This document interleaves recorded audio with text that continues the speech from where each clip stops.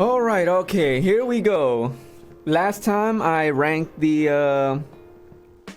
captains and lieutenants of the Gotei 13 from Bleach, and today I'll be ranking the Espadas, just in my favorite characters, from my favorite to least favorite, and I will be doing the same for the Sternitters.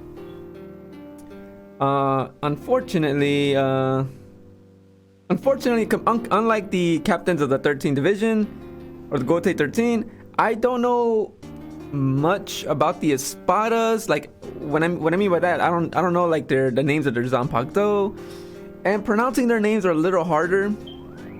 But I'm gonna try my best, and I'm just gonna try to go off what I remember from the characters, just from memory.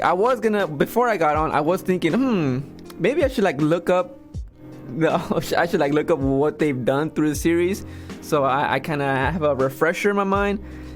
But I was too lazy to do that. I'm gonna just do everything based off of what I can remember, just from memory alone. All right, I guess I'll start with Espada number 10, Yami. I already forgot. I was gonna try to say his full name, but I'm gonna just say Yami. Okay, Yami. I'm already gonna say I dislike the character. He doesn't have the greatest design. His Zanpakuto ability is it's pretty simple. It's just like the angrier he gets, the stronger he becomes. I mean, that's pretty interesting, but he doesn't really get a main fight in the story, in the Arrancar arc. Also, the whole thing about him being actually Espada 0 was kind of it was kind of weird. I dislike that. I kind of just preferred if he was 10 and then he gets stronger as he was fighting, and when we see him get stronger instead of just making him 0, which is really weird. I dislike that. Yami's annoying. I'm gonna put him at probably C. Okay, Espada number 9, Arianero, I think is his name. Now, Arianero is from, if I'm not mistaken, the only Gillian who became an Arrancar in the whole group. Design wise, he kind of has an interesting design. His whole like the big collar around his neck, the jar head, 2 heads. And I actually really liked his ability, which was something very gluttonous, where the more he eats or absorbs, he obtains that power. Unfortunately, we don't ever see that. He only used like Cayenne's abilities, and that's pretty much it, because he kind of gets one shot by Rukia. So he's not very strong either. He's like very much a glass cannon. He just got hit in the head once, his thing breaks and instantly dies from sunlight, nonetheless. But design wise, he's kind of cool looking. Abilities wise, he's pretty interesting. We've just never seen it in action, and he kind of goes down fairly easy. I'm gonna put him, I think I like him more than Yami, so I'm gonna put him at B for now. See if I'll change that later or not. Espada number 8. This name is also hard to say. Siazel or Silaporo Grant, I think. Silaporo. I'm gonna say that. I'm gonna stick with that. Silaporo. Oh, god damn it. Right. First thing that comes to mind, that he's a mad scientist. His fight against Mayuri was pretty cool, pretty interesting. His abilities was very random here and there. He can create ink that turns into his opponents so they can like fight themselves. This is not part of his abilities, but something he can do is eat his own fraction and pretty much rejuvenate him back to full health. Pretty interesting. What else can he do? He does the whole thing where if he captures you with his tentacle-like appendages. He can make a voodoo doll and destroy your insides. Pretty brutal, gotta say. I'm missing another ability. And he's very like I never noticed this the first time when I watched the anime or read the manga, but he's like he kind of calls himself like kind of Phoenix-esque, because he could like continuously revive himself if he has like a host, which he did to Nemu. So that's kind of cool. And that's pretty much it.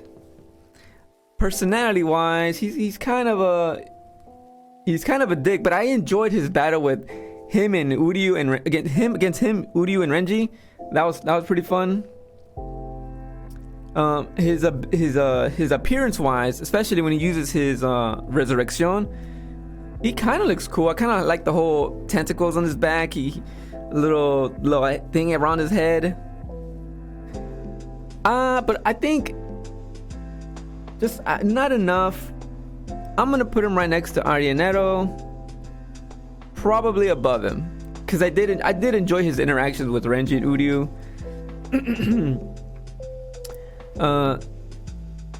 A seventh Espada, Zomari, he called himself the fastest Espada. Don't know if that's really true or not. He can create like his clones, which I don't think any other Espada has used. So there's probably merit to that, him being the fastest Espada. And he looked cool pre-resurrection, but post, after he transforms, he does look a little weird, very, very odd. His ability has something around with the word love, like amor, like he gives his amor. and whatever his eyes touches, he can essentially control, even Zanpakuto's. So a very, very cool ability. It's too bad he kind of went up against the one opponent that can easily beat him, that went against everything he could do, which was Byakuya. And one thing he brings up that I thought was pretty interesting, during his fight against Byakuya, at the end, before he gets killed, he says something along the lines of, why do Soul Reapers even kill Hollows? Right? Because is it because they eat human souls? But that's pretty natural to Hollows. Like, why?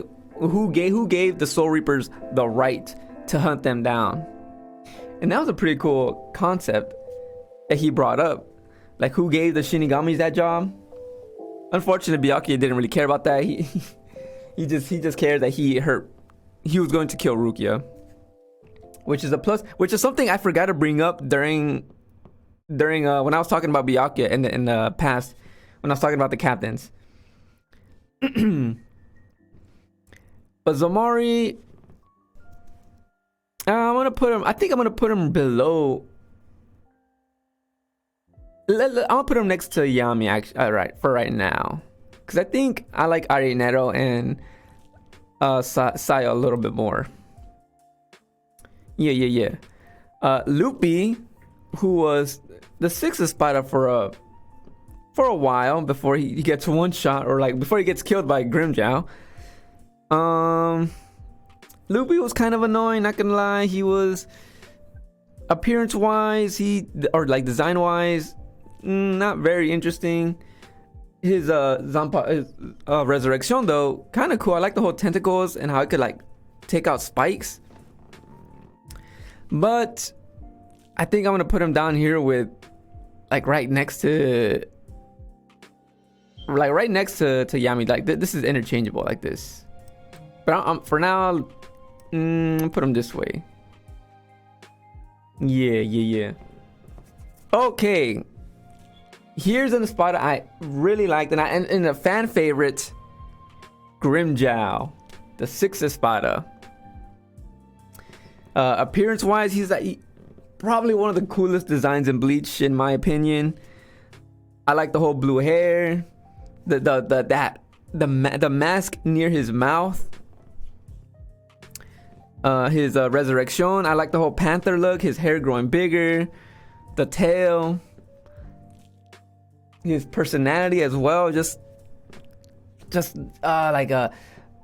I forgot how they said it. He's like kind of like an animal relying on his instinct. When he had his whole flashback as well, we see him become. He became a Gillian, then he became a Juhas, at a Juhas. I think I say it.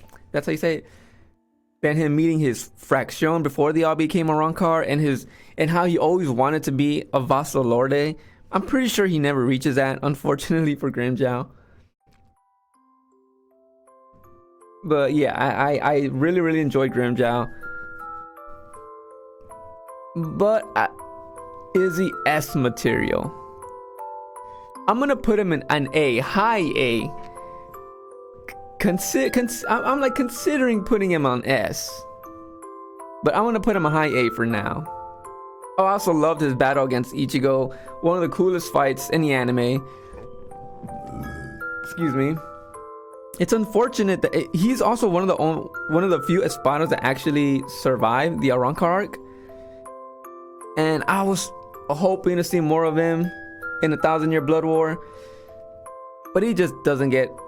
He practically gets no screen time. It seems like they were setting up a fight with him and Askin, but he just gets like he gets like defeated off screen, unfortunately. So too bad. Like Grimmjow though, amazing character. Now we're moving on to Noitora.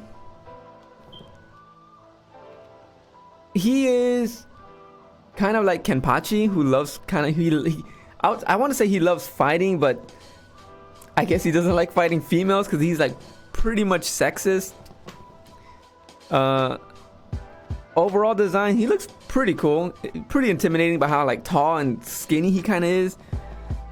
His resurrection, I actually pretty like his resurrection. He kind of gets like that crescent moon on his head.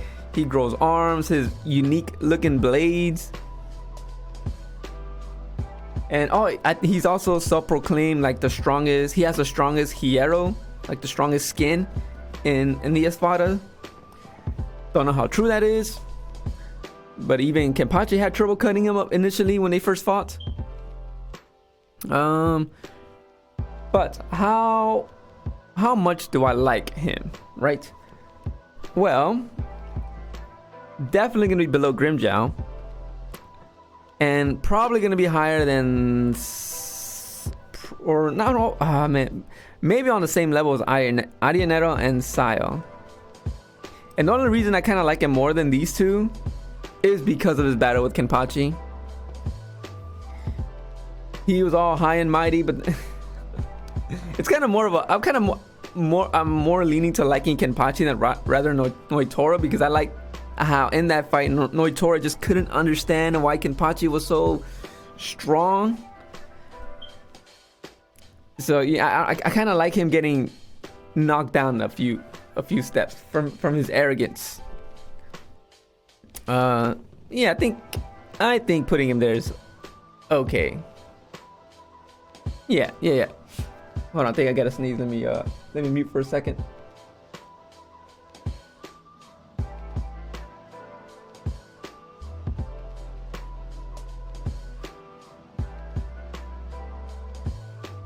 It didn't come out. Now it's stuck in my nose. I hate that feeling. All right, let's move on. Oh boy, another fan favorite, Ulquiorra, the fourth Espada, the edgy looking one. Oh, I forgot to bring this up earlier as well. I don't remember their aspects of death as well. That's probably something I should have brought up. I think 10 has something to do with anger, rage, pretty easy, right? 9 is gluttony, something with gluttony, I think. I think 8 is lust. Not really sure, but I'm pretty sure his like Zanpakuto has something to do with like, I think it means like fornication, something with, I don't know, something along that lines. I don't know. I'm definitely misremembering right now. 6 Grimmjow was like destruction. I think I'm forgetting, man. And 7th is love, maybe. Oof, I don't know. Right. The only reason I brought that up is because I think Ulquiorra is like nihilism, or like believing in nothing, something along that line. But let's get away from that. Their aspects. Back to like let's go design wise. Ulquiorra is cool. I love his whole like his hollow mask is like a helmet on his head. I like the whole green eyes, his pale skin. His initial resurrection, his first one, not much different. Not much different. He just get like bat wings and like a bigger cloak. But his and the only Espada that can do this, his second release of his resurrection, just looks downright menacing. Like I don't know how to put it into words, but he looks chef's kiss. Awesome.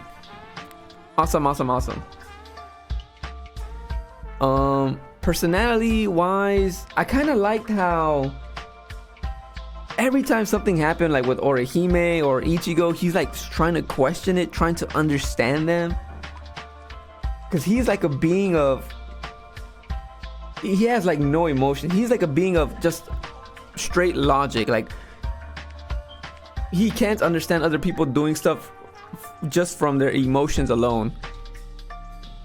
So the whole thing between he and Ichigo, like the logic versus emotional, was pretty interesting. A pretty interesting dynamic. So with that said, I think I might put him right next to Grimmjow. I think I like Grimmjow a little bit more. I don't know, I guess depending on how I feel. These are pretty interchangeable. I love him. But I think I'll put it like this for now. Or maybe Ulquiorra on top.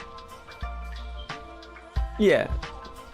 I maybe I put Ulquiorra on top because I also kind of like how he tried making Ichigo feel despair, but he could just never break him. So yeah. And at the end, when he was dying, when he was reaching out to Orihime, he seems like he was finally beginning to understand what it meant to have a quote unquote a heart. Yeah, I think I'll put him high A. Now, former third Espada, Neliel.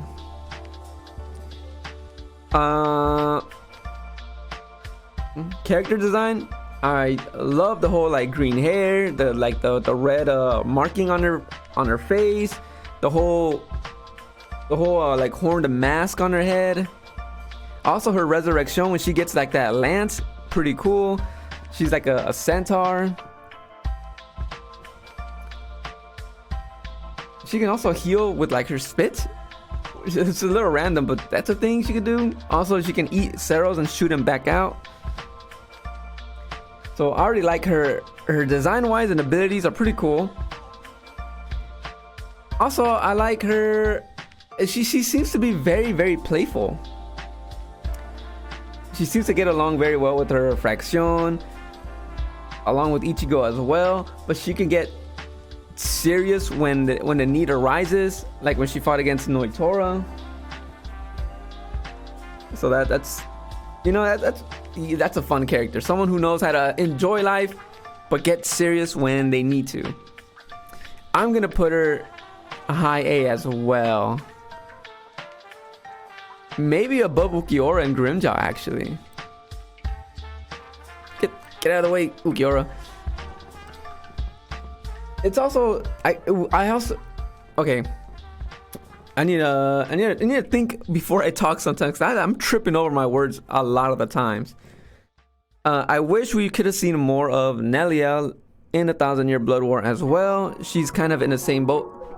Oh wait, hold on. Music change.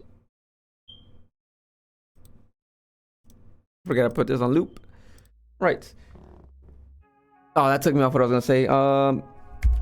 Right.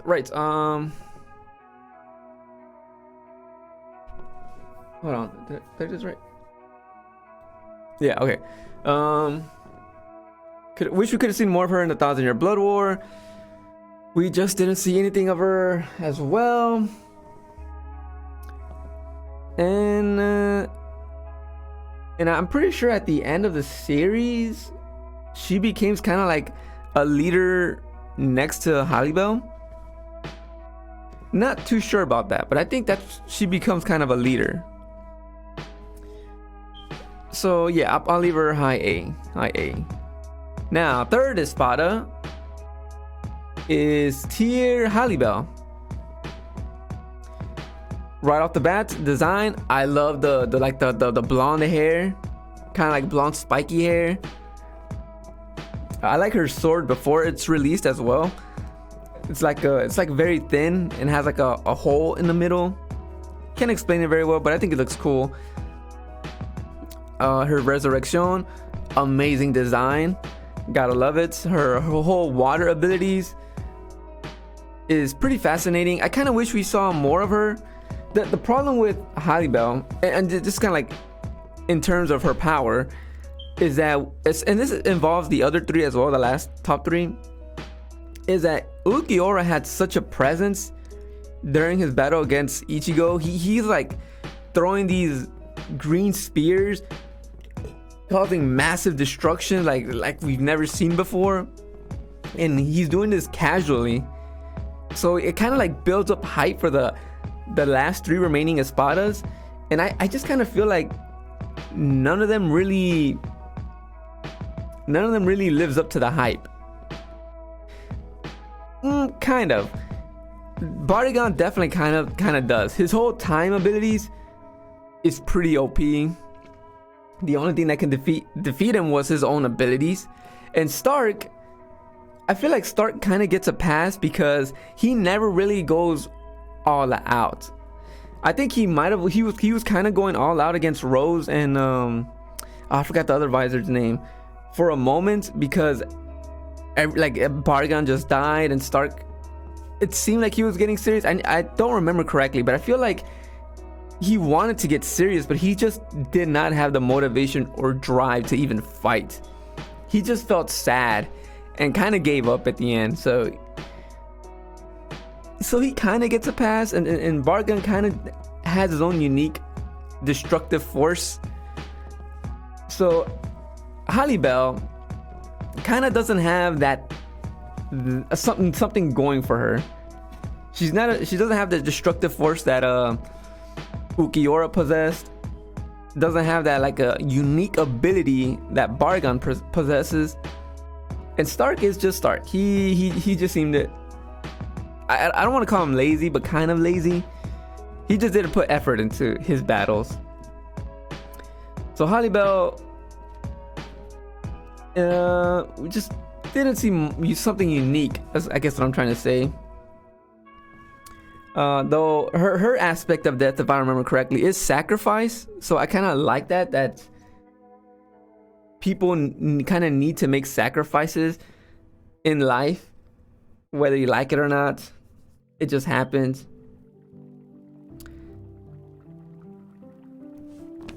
Okay. I'm trying to think. Where would I put her? I think I'm gonna put her high A, or like in A, but in the lower half, because I think I like Grimjaw and Ulquiorra more. Yeah, I think this is okay. Now Bodyguard, the second Espada. Interesting enough, I don't think he ever like refers to himself as an Espada or the second Espada, and I don't think we ever even see his number on him, which is kind of cool because he absolutely hates working under Aizen. He just does it because he's kind of forced to. And to top it all off, he makes the king of Hueco Mundo number 2 instead of 1. So that's also it's just funny. It's like Aizen just poking at him like, I'm gonna put you number 2. You know, I conquered your world, and I'm gonna put you 2 in my team. So, and you can't do nothing about it. Bodyguard has a pretty cool design before release. He's like an old man with like a crown for like his hollow mask. He had the most interesting faction members, if I would say so. He had like that dude that turns into a bird who fought Izuru. He had Charlotte who fought against what's his name? Yumichika. He had Findor who went against Hisagi, and that one dude that I don't remember his name, but that got defeated by Komamura. So he had pretty interesting faction members here and there. He also had those two that fought against Soifon and Omaida. Don't remember much of them as well. But Bodyguard, also his Zanpakuto was cool. It was like an axe with an eye in the middle. Resurrection, he looked one of the coolest designs. The dude is just a skull, like a skeleton with the robes, like with a giant axe, golden chains around it. And his abilities, like I said before, is like time based, where anything his Respiera, anything that touches just disintegrates. And it's kind of like almost impossible to beat. They're very, very lucky that Hachi was able to teleport his arm inside of him. I'm gonna put the boy Bodyguard probably above Haribel, but still below Grimmjow and Ukiura. Yeah, I kind of like this. And then final one. And I said this in the when I was talking about the captains, when I was listing off just my favorite characters in general. Stark is my favorite Espada and one of my favorite characters just in general. His design, he just looks cool. I like the whole like brown long hair, shoulder length hair. His the fact that he uses like guns when he uses his release. His aspect of death is loneliness, I think. The man was so strong as a hollow that he was evaporating other hollows when it got near him. And he had to split his soul into two just to have like a companion. I just think that's pretty interesting. It's pretty kind of like sad for Stark. He just wanted comrades. Friends, right? And he split his own soul just to do that. And in his release form, he can use like guns. Like everyone in the whole show uses some type of sword or melee weapon. This man uses guns, and that is pretty badass. And I love his fight against Kyoraku too. Their interactions were just interesting to watch. Yeah, it's pretty much it. There's not much to say. I just Stark, man. Very, very likable. It's so sad that he died at the end. I kind of wished he survived. It would have been cool to see Stark, Haribel, and Grimmjow just kind of talking to each other. It sucks that Stark actually considered the Espadas his friends, because when he was dying, that's the last thing he remembered was like the whole Espada as a group. And that just got me thinking, like, I wish we've seen Stark interact with them. I kind of want to know how would he talk to Arianero, to someone like Grimmjow. I think I feel like he gets along great with with Haribel, since she seems composed, with Ukiura as well. But how would he speak to someone like Noitora, who's kind of like very hot-headed, or Grimmjow, or someone like Sazel, who seems very, very arrogant. He seems to I think he'll get along with Zamora as well. They're like both soft-spoken. Drink some water because my throat is dying. I've only been going for like 30 minutes. Damn. I'm putting the boy in S. In S. Yes. Oh, I didn't even mention this as well. His whole wolves. I love wolves. Probably like my second favorite animal, right behind like a bird. I think like an eagle or falcon are probably like my favorite animal. Then wolves. So yes. Down here we got, just to go through everything again and see, we got Yami. I forgot this guy's name already. Excuse me. Loopy. Then Zomari. Then in B, we got Arenero. Siles Aporo. Oh, his name's so hard to say. And Noitora. In A, we got Tyr Halibel, Baragan, Grimja, Ukiora, and Neliel. Then in S, the one and only Coyote Stark. Alright. I like that. Yeah. I'm gonna just end it like that. Now, I'm going to be moving on to the Sternitters. Yeah, clap. Now, this is pretty interesting to me because I've never really considered who would be like my favorite in all of these. I know like who's my favorite. Like earlier in the when I was talking about the captains, listing off my favorite characters, I kind of said like Basby, Jugram, and Lil Bar were like my favorites. But I've never really considered what about the other Sternitters? How high would I like some of them? How much would I dislike some of them? So, and there's like a lot. There's like 26 at least, since they all have like a letter. So I guess let's go through them. I guess they're starting off with A all the way down to Z. No Yuak. I was kind of hoping Yuak was here so I can talk a bit about him. I guess I could just say Yuak, the final antagonist, the final villain of Bleach. He is almighty, and his powers to see the future, change the future, and whatnot. I actually really like him. I kind of wish we saw more of his past, but I think the fact that we just don't know much kind of adds that air of mystery. So in a sense, it's kind of good we didn't see him. We get a little bits and pieces of where, or like how he started, but not where he came from. The only thing we know is that he called the Soul King his father. Now, what he meant by that, his actual father, or like figuratively his father, I don't know. But I'll put probably Yuak in A. Probably in A. Now, Uryu. We're starting off with Uryu, one of the main characters. Oh. Okay, Uryu. The letter A, the antithesis, I think is his letter, his word. Right. Uryu. Overall, he looks pretty cool. I kind of like the whole Quincy aesthetic, where like the white, fit robes they have on.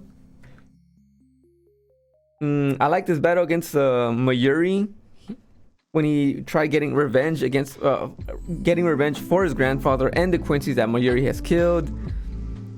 I like this battle against that one preview on Espada, Shurichi, and how he easily won that. Was so cool, so fun. Who did he fight after that? I'm drawing a blank. I don't think Uryu fights other than like just wrong cards here and there that weren't important.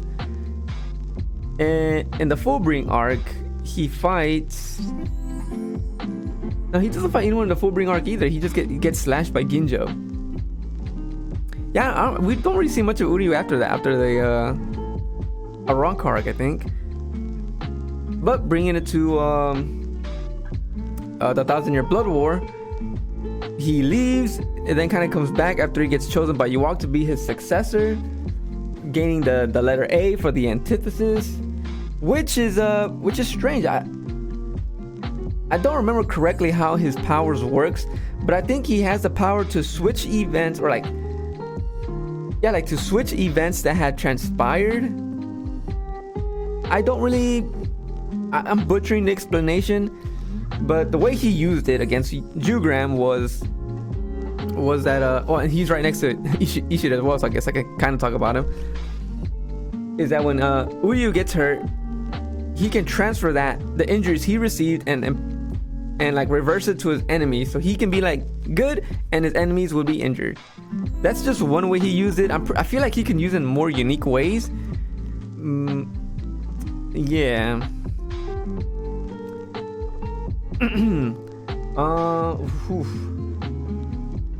I'm trying to think of, like, I'm drawing blanks on Uryu right now.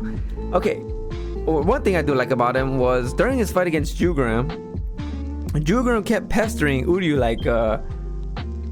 like why did you side with like Ichigo and his comrades instead of Yuak, who has gifted him powers more than he can imagine, more than he's ever gained with his time with Ichigo, right? It's more beneficial to be with Yuak, who immensely helped him in like a single day, compared to other people who haven't helped him grow stronger.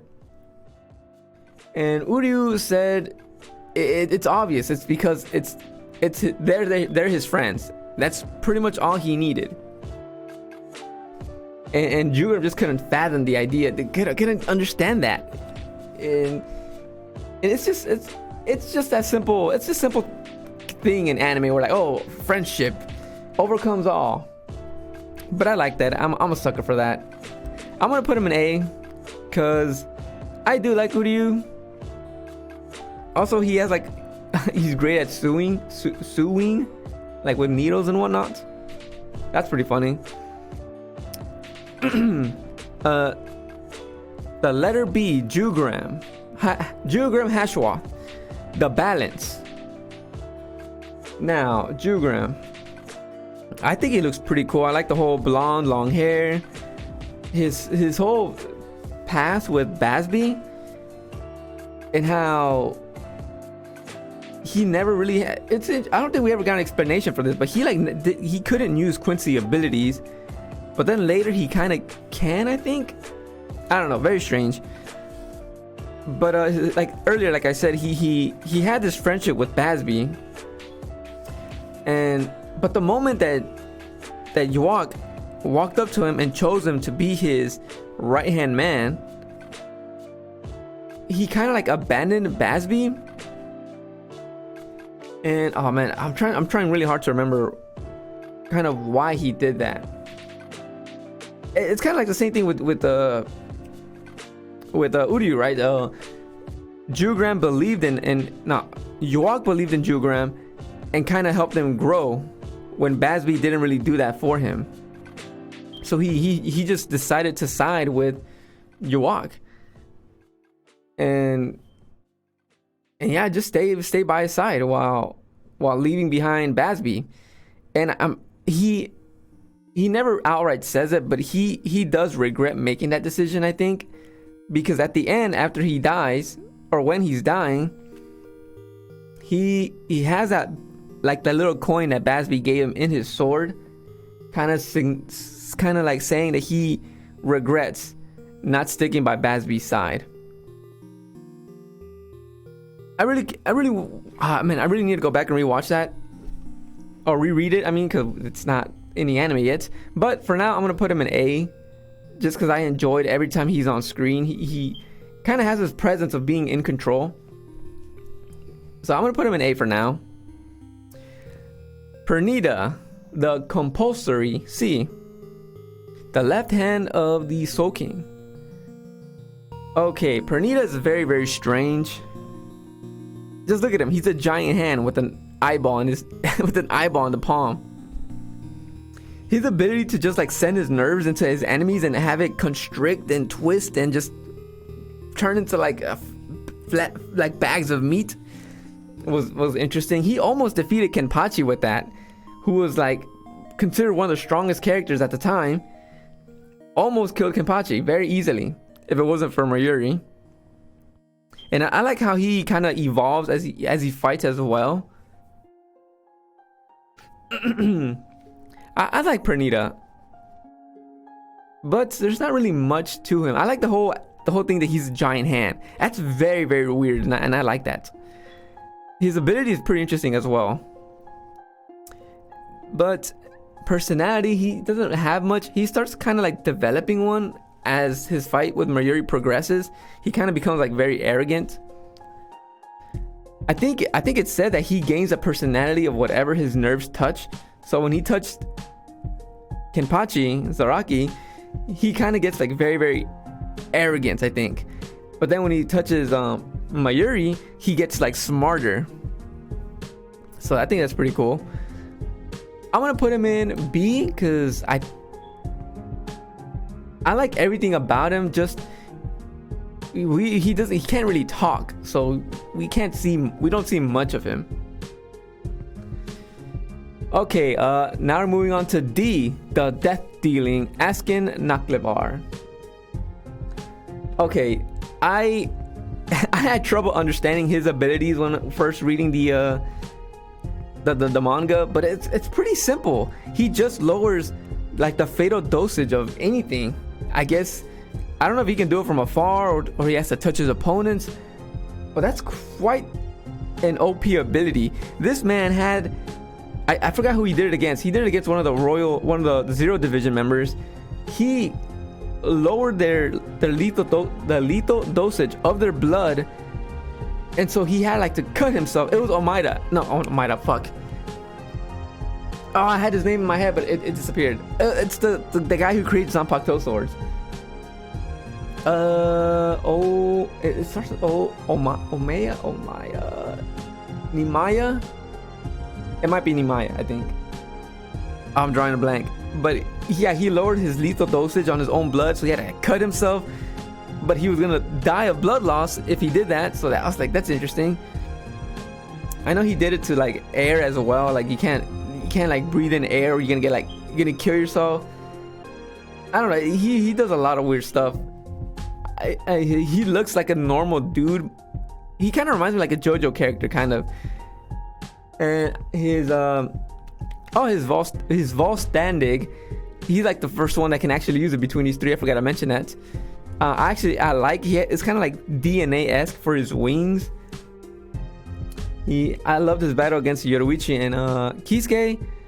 And yeah, I think okay, I don't want to skim over this, but he had a talk with Kisuke, saying because Kisuke was questioning why was he following Yawak, because to him it didn't seem it was out of pure loyalty. And Askin's like, oh, okay, yeah, it's not out of loyalty, it's more about curiosity. The reason he was following Yawak, it was because he wanted to see the world he'll create after he destroys the world that they know now. And I thought that was a pretty fascinating motivation. And the way he put it, it's like, yeah, I kind of want to see this new world. Because Kisuke said something, I forgot how he phrased it, but Askin said it in a way like, if I were to let His Majesty, Yawak, like fail, and he fails to do this to create this new world, when will the next guy come to do this, So he's just fascinated by this new world Yawak wants to create after he destroys, the living world, Wakamundo, and Soul Society. And I kind of agree. Kind of like, how would that world look like?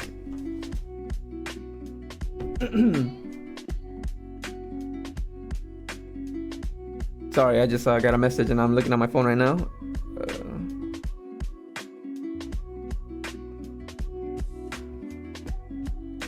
Okay, I'm sorry. Sorry, pause there. I lost my train of thought. I was looking at my phone. I got a message. Asking. All right, him wanting to see this new world Yawak creates. I think that okay, I'm gonna put him in S, because every time this guy was on screen, it was just like, who is this guy? Like, you want to know more about him. And I like his abilities. After like, rereading it and seeing what he does in battle, I just love it. I'm gonna put Askin in S for now. Don't know if I'll lower him or reconsider it, but I'm gonna put him that high for now. Oh, okay, here we go. The first female, Bambietta Basterbine. And her name is so easy to remember because it's just the bees. Bambietta Basterbine. She is the letter E, the explosion. Basically, her powers is Kita from JoJo's. Anything her Ryatsu touches, her Ryatsu bombs as she puts it, anything her Ryatsu touches becomes a bomb. And is it's just very, very interesting. And her design wise, she looks like very, very cute, adorable. I like her. I like the hat, the coat. And in terms of personality, she comes off as very oh my god, I apologize for the burp. She kind of comes off like very extroverted, like she knows, confident, she knows what she's gonna do, but then she gets like flustered when her own teammates kind of like leave her alone, that she gets mad. I don't know, she seems like very fun. She seems very fun. I'm gonna put her probably in A. I might put her below Geogram for now. Okay, here we go. Another one of my favorites, Asnot. The letter F, the fear. One of the very first Sternitters that we learn what the letter means. And man, it's a very interesting ability. Anything his Ryatsu touches, or like his thorns that he shaped, his like arrows or bow and arrows, because all of these have kind of like unique long range weapons or long range attacks. And Askin, oh not Askin, Asnot was thorns, like spiritual thorns, and anything those thorns touches kind of gets induced with fear, just like how do you say it, like primordial fear. So like fear with no logic, just straight fear. And it even brought down a Byakuya, like screaming. So it's very, very effective. His Volstandig, such an interesting design. He completely undergoes a transformation. Most of these characters just get like a halo and a wing. That's pretty much it. But this dude he becomes like a Grim Reaper or I don't know, like something like a being of death. Very, very creepy. But it's very interesting as well. Can't wait to see it animated. I'm gonna put him. I'm very, very tempted to put him at S, because he was just interesting as well. Just overall interesting throughout the whole 1,000-year Blood War arc. And he's also one of the very few that we kind of get like a flashback before he joined the I'm forgetting what they're called, before the Sternitter, but I know the Sternitter are part of Yuwak's army, and they have a specific name, but I forgot what it was. I'm gonna just refer him to as Sternritters. Where he was like sick and dying in his bed. He had like a Bible next to him, so he seemed religious. And he was like questioning, like he was just so scared of dying, I guess. I don't know, it just like, damn, that's wow. And then Yuwak appeared to him one day and I guess saved him. I'm gonna put him in S. I'm gonna put him in S. Let's see how I feel about that later as I go on. All right, moving on to G, the Glutton, I think. Lil Toto, I think you say her name. She's not very unique in terms of design. She's not very unique, but compared to everybody else, I guess she is, because she's just like a little girl. Everybody else is like a grown adult, and she's like the only child-esque looking Sternitter. Other than Grammy, he also seems kind of like a little kid. And her ability is very strange. She can apparently eat whatever, and her mouth kind of extends, kind of very, very weird. I don't know, it's very weird how she does it. But we don't see much of her. We don't really see much of her use this power in battles. She seems also very composed. She's like very level-headed, so that's a kind of a plus. But I'm gonna put her probably below Pernita in B. Yeah, I think that's okay. Oh, here's another favorite, another fan favorite. Basby. H, the Heat. And this man just has fire powers. Anybody with fire powers is like instantly cool in anime. Like, fire powers and lightning are some of the coolest abilities just to see in anime. I like his whole mohawk. His attitude is also like kind of like Grimjow. He's like hot-headed. His abilities or his techniques, more like during his battle against Hitsugaya, was just interesting. I kind of wish we saw a more like Bankai Hitsugaya versus Volstandig Basby. That would have been an interesting fight. Unfortunately, we didn't get to see that. And his whole past with Jugram is also interesting. Like, he wanted to kill Yuwak, but then he joined the Sternitters, and that he never, like, I guess never brings it back that he never brings that goal back again until he gets betrayed by him. But as of right now, I'm gonna put him high A. I'm highly considering putting him in S, but I'm gonna put him high A for now. Let's move on to the letter I. Kangdu the Iron. He has such a unique, I want to say super unique, but he had kind of like a presence that he seemed he was going to be stronger than he seemed or have a more important role. But he just has like one fight against Toshiro, and then he gets killed. Or he doesn't get killed, he gets defeated and then gets killed by Jugram. Well, who knows why? He just gets killed. And he has the ability to turn his body into iron, which we never really seen in action. He did it once against Jugram to protect himself, but he gets slashed. So yeah, that happened.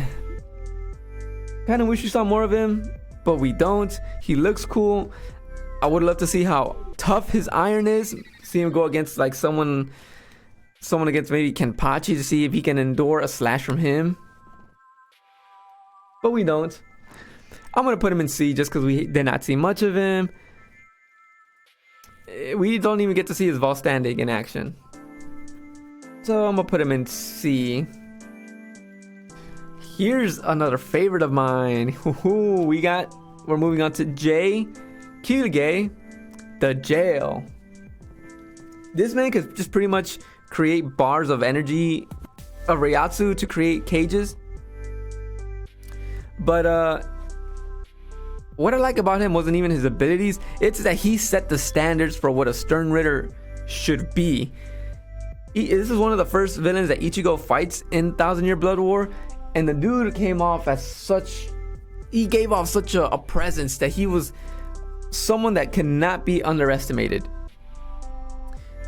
From his Volstandig, from the ability to just absorb Reishi around him, the man was a total monster. And sure, Ichigo beat him as soon as he went Bankai, but just because he was the first Sternitter we've seen in action, and he set the bar so high that some of the Sternitters after him kind of like never lived up to that hype, unfortunately. Also, I like his design, like very like an officer, very, very strict officer. I'll probably put him higher than Bambietta, actually. Just because what he did in the story.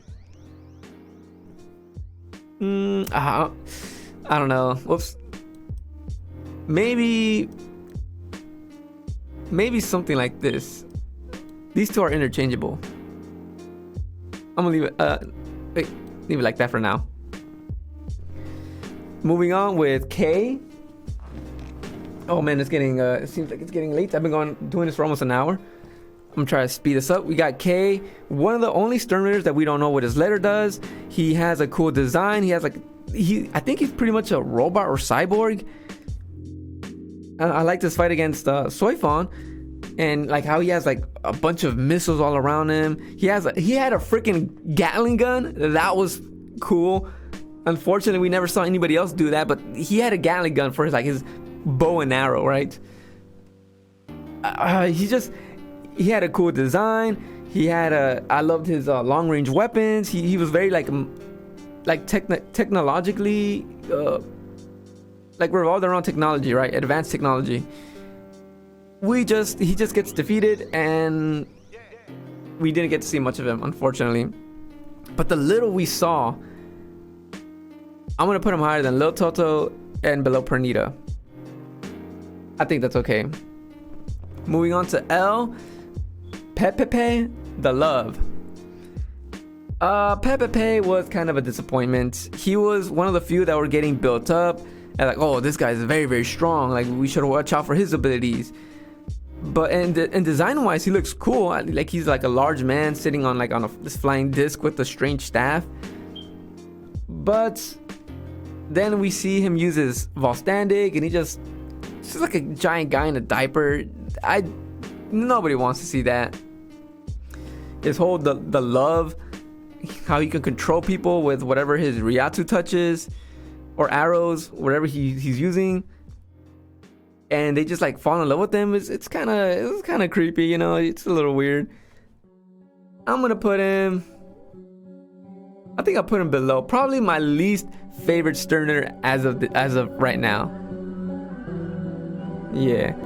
Moving on to M, Gerard Valkyrie, the Miracle, also known as the Heart of the Soul King. Let me drink a bit of water. My throat. Design-wise, he looks so cool. It just gave me like Thor vibes, or like a Viking-esque. I like his mask. And his ability is so broken. Every time he dies, he comes back stronger. He's basically immortal, and nobody could have defeated him. The only reason he died was because Yawak took his powers away. The only reason he died, because he was like beating everybody. Nobody stood a chance against him. And he just like loves fighting as well. Very, very loud, very confident.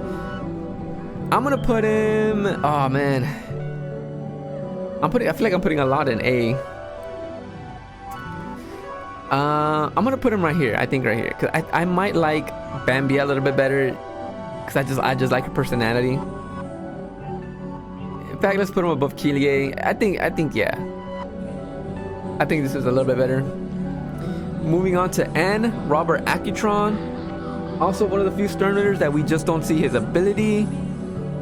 And also someone we thought was going to be strong, because he was fighting against Kyoraku and injured him.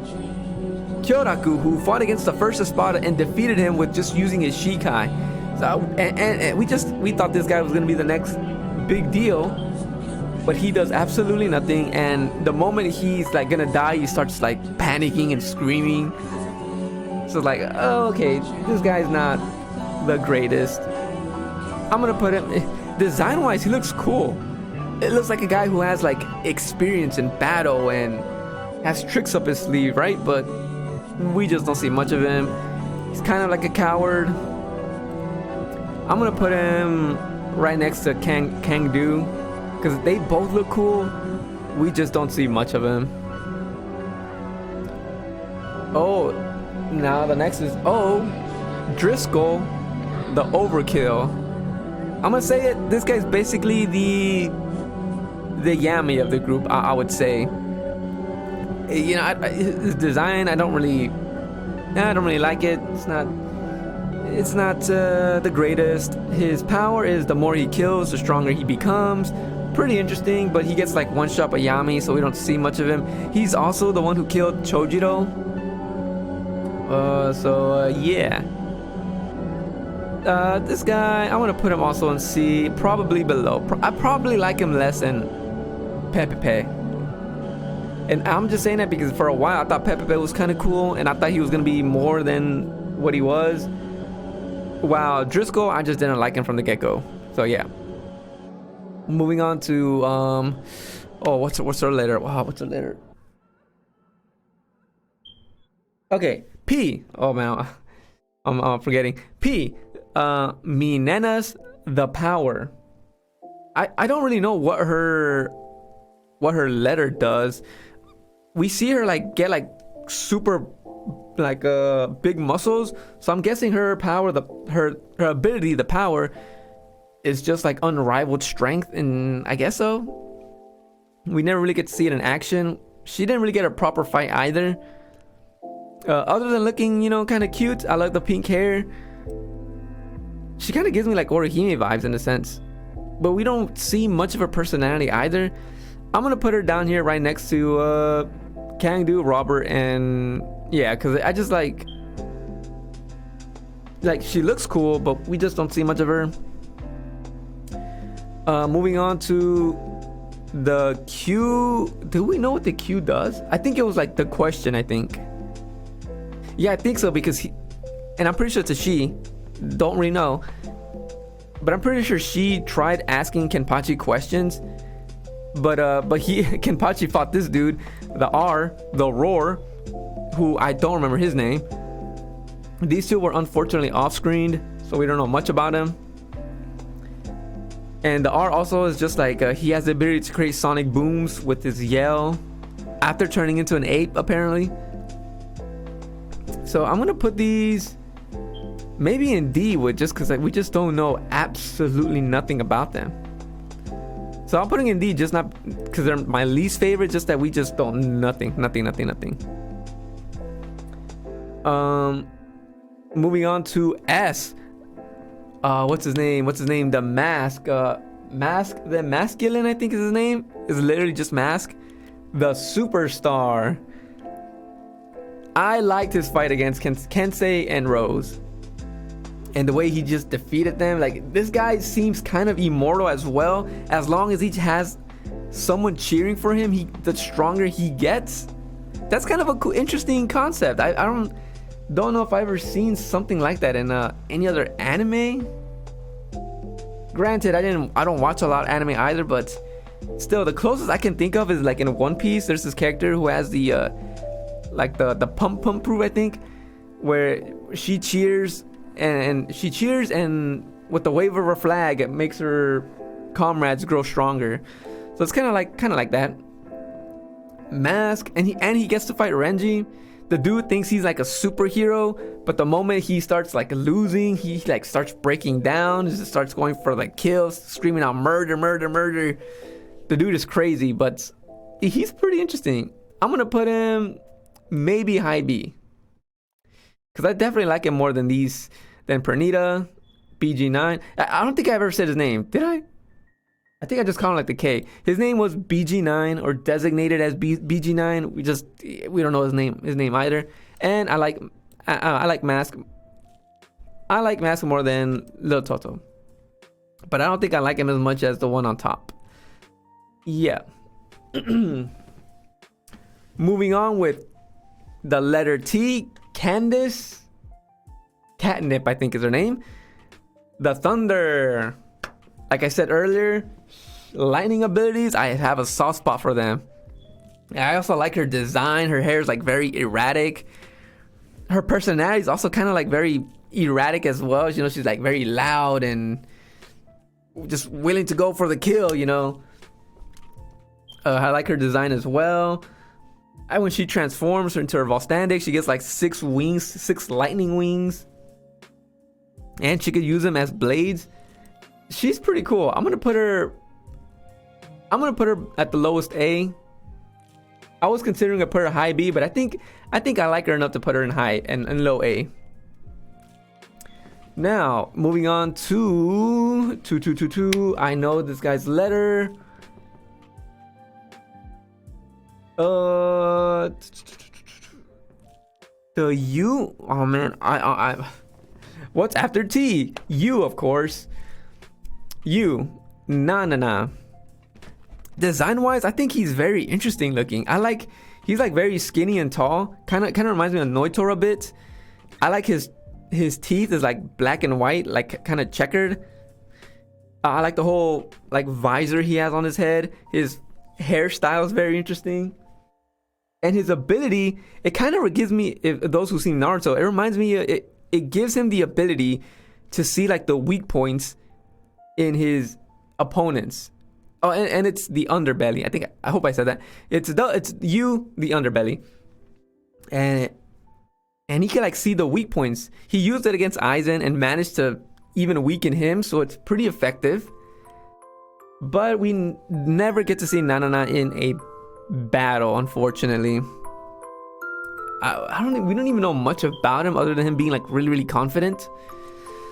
So because of that, other than looking cool, having an interesting ability, I would put him down C, because he's like right next to these three in terms of they look cool but just don't know much of him. We do know his ability, so I'm gonna put him in B, because I kind of like the whole being able to see your opponent's weakness or weak spots. Pretty interesting. Moving on to V, the Visionary. Now, before I get to these final Sternitters, they have these three right here. This is the guy from that flashback that I don't think I accepted, like didn't want to accept Basby or wanted to fight Basby. Don't really care about him. This is Shaz Domino. He was created by Grammy's Visionary. But I think his ability was to like I'm drawing a blank here. I'm pretty sure it was like to regenerate himself, and he regenerated himself enough to like become his own being. So he's not completely imaginary anymore. He kind of became his own person. I don't know how right that is, but I think I read it like in a light novel somewhere.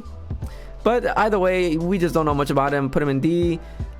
This guy, interesting design, and I kind of wish he wasn't an actual Sternitter, because his abilities, let me see if I can remember. His ability was called the Vanishing Point. His first phase allows him to turn invisible, just invisible. His second phase allows him to erase his existence. So his consciousness is like still around, but now he's like invisible and you can't touch his body. He's just like not there, kind of like a ghost, I guess. And his third phase allows him to erase his existence in his opponent's memories. I think that's how it works. So he kind of just like, those who know him, he uses the third phase and now you don't know him anymore. That's like pretty scary. Unfortunately, Yachiro was next to Isane when this was happening, and she relied on her sheer instincts and like cut him down. But just his ability alone, I find him very, very fascinating. I'm gonna put him in B actually. He design wise, not the best, but in personality, he's kind of like a quirky old man. I don't know. He kind of kept introducing himself to the enemy, and then he'll erase his existence and just keep doing it over. I don't know, just to mess with them, I guess.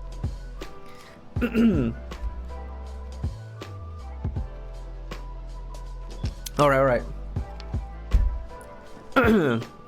Reaching the final Sternitters, we got V, the Visionary, Grammy. He considers himself as the strongest Quincy, and who wouldn't when he has the ability to bring life to anything, like to bring anything he can imagine to life, into reality. Pretty broken.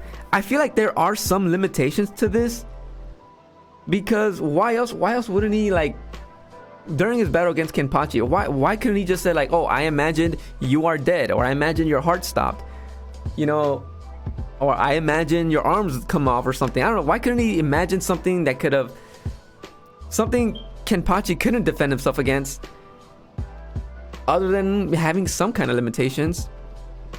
Like when he touched Yachiru, he turned her bones into cookies, and like she started like breaking her own bones because of that. Why couldn't he do the same thing to Kenpachi, you know? So I feel like there's some limitations that just are never said. His battle against Kenpachi is one of the most interesting. He's just like summoning lava, summoning water, summoning guns, missiles, opening, like tearing up a space into like the void of nothing, or space, outer space, like creating like a massive bomb, summoning a giant meteor. This man was crazy. And I liked how he started off like being so cocky, so arrogant, but during his battle with Kenpachi, he's like, he started becoming more like Kenpachi, where like, I want to win, I want to do this, and he was kind of having fun. I thought that was a very interesting way that the fight was developing. Now, I kind of want to put him somewhere in A. I might put him above Candice, but still below Gerard and Kilgay and Bambietta and all them. I think that might fit. That works. Now we're going W. Ninzo, I think is his name. The Wind. His ability is basically anything that comes near him, he's able to turn it away. To like, I guess, quote unquote, winding things just away from him. And yeah, unfortunately, we don't see much of him. He's a pretty interesting design. He has like 2 tongues, so he can't speak right. But he gets killed pretty easily against one of the Zero Division members, Shutenmaru. Yeah, other than that, just I'm gonna put him low. I'll put him above, maybe. Yeah. Below Pepe, above Driscoll. Yeah. I think that works. That fits. Oh, here we go. The letter X. Lil borrow the axis. The A axis, the axis. Don't really know how it's said. But this man, with the sniper, has the ability to shoot at anything he targets. Always getting like a direct hit. Design wise, I think he just looks so cool. This whole sniper deal is awesome. His fight against Kyoraku was awesome. Even his Volstandic. Alright, I want to say this. I was one of the few, when first reading the chapters during the Battle of Kyoraku, I was not a fan of his Volstandic. It just looked so strange. The initial transformation was kind of cool because he gets like these like feathered wings with holes in them that shoot out his quote unquote bullets, right? So that looked kind of cool. But he's like stuck in a cocoon, which is kind of weird, but you know, interesting. And then he turns into like this chicken, like this baby chicken, like dragon owl looking thing. But then as years went by, as I learned that Lil Baro was actually supposed to be like the representation of what an actual angel should be. Like it kind of almost eldritch horror-esque. And I would go back and reread that fight because, you know, it's one of my favorite fights. I love Kyoraku in it. And because I kept rereading this fight, my love for Lil Bar just kept kind of like growing and growing. He was also the leader of the elite Sternitters. Yeah, I just started appreciating his Volstanding a lot more. And now it's just one of my favorites because it's so strange. It's so weird. And he becomes like a being of light. I don't know. It's very, very interesting. And one of the very few I can't wait to see animated. And because of that, he probably my favorite Sternitter. Probably. I think I like that. Now we're moving on to the Lloyd and Roy Brothers. Now, I don't remember what they do exactly. One of them copies like the appearance and skills. The other one copies like the appearance and memories or something like that. One of them gets like one shot by Kenpachi, so I'll put him there. This guy is the one who fought against Yamamoto. Didn't really stand a chance, but I don't know, the whole plot twist. I kind of wish Yowak was the one who fought him, but that didn't happen. I'm gonna put him maybe down here. Not much to say about him. Not too much. Oh, and it's the letters, the Y, the yourself, for both of them.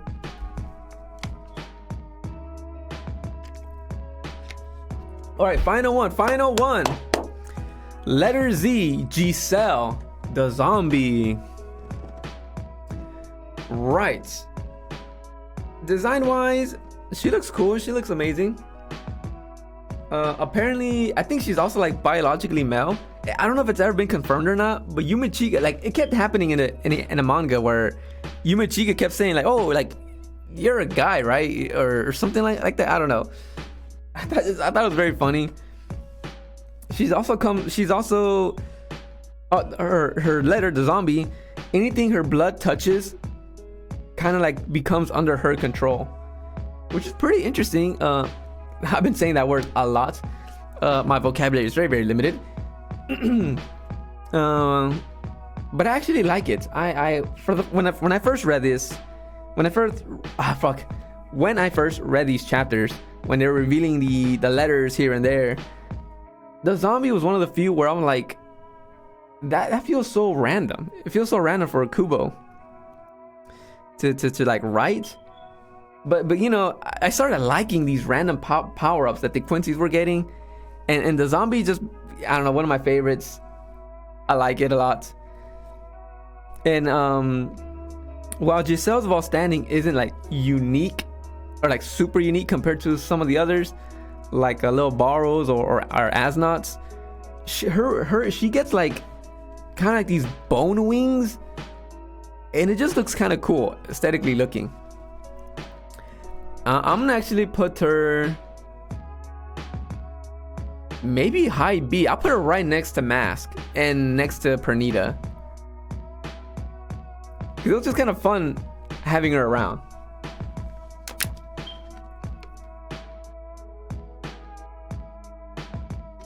All right.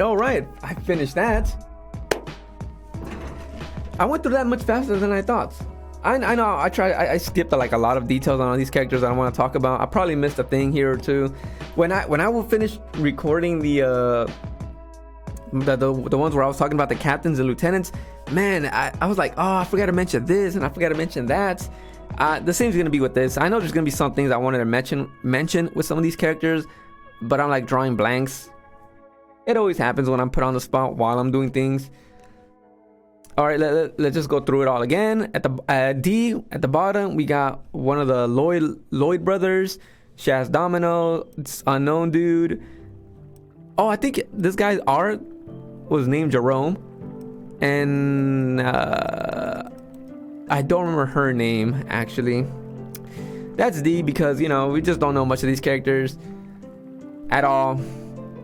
Moving on to C, we got one of the Lloyd brothers again, Driscoll, Nyanzol, Pepe, or is it Pepe or Pepe? I've been saying Pepe, like Pepe, but I think it's just Pepe. It just occurred to me. I think it's just Pepe. So whoops. Minenas, Robert, and Kangdu.